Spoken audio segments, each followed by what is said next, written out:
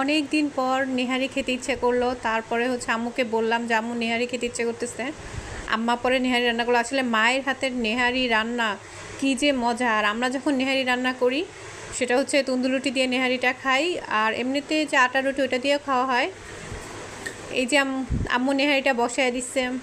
নেহারির মধ্যে এত পরিমাণে ক্যালসিয়াম, যেটা হচ্ছে স্বাস্থ্যের জন্য, হাড়ের জন্য, সব কিছুর জন্য অনেক পুষ্টিকর। যদিও নেহারি খাওয়ার পর একটু গ্যাসের সমস্যা হয় বা পেট ফুলে ফুলে থাকে, তারপরও নেহারি খেতে অনেক মজা লাগে। মাংসর থেকে নেহারি, তন্দুর রুটি দিয়ে নেহারি খেতে কিন্তু বেশি টেস্ট। তো এই যে আমরা হচ্ছে যখন নেহারিটা বসাই তখন অনেকক্ষণ যাবত, ধরেন যেদিন খাবো তার আগের দিন নেহারিটা বসাই।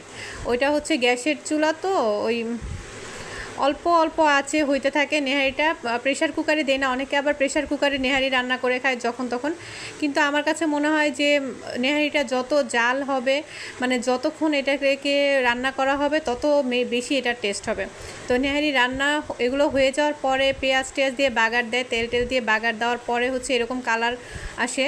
তো সকালবেলা সবাই আমরা খেতে বসছি নাস্তা হিসেবে। আসলে নেহারিটা সকালেই খাই, কারণ সন্ধ্যাবেলা খেলে পেটের গ্যাসের সমস্যাটা একটু বেশি করে, এই জন্য সকালবেলায় নাস্তার সাথে খাওয়া হয়। তো আমরা আবার সবাই একসাথে সকালবেলা নাস্তা করি সবসময়, ছুটির দিন হোক বা এমনিতে হোক, সবার বাসার সবাই আমরা একসাথে নাস্তা করি। তো এই যে টেবিলে সবার রুটির জন্যই করছে, রুটি নিয়ে বসছে, নেহারিটা আম্মু বেড়ে দিচ্ছে। অনেক মজা লাগছিল নেহারিটা। আর কালারটার কথা কি বলবো, কালারটা তো অনেক জোস হয়েছে, আর খেতেও কিন্তু অনেক মজা হয়েছে।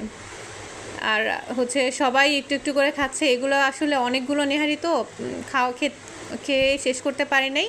তো অর্ধেকটা খাওয়া হয়েছে, আর অর্ধেকটা হচ্ছে বাকিটা ফ্রিজে রাখা ছিল, ফ্রিজে রেখে দিচ্ছি। ফ্রিজে রাখার পরে এটা আবার 2 দিন পরে সাথে সাথে তো আর খাওয়া যায় না, 1-2 দিন পরে এটা আবার জাল দিয়ে তারপরে খাই।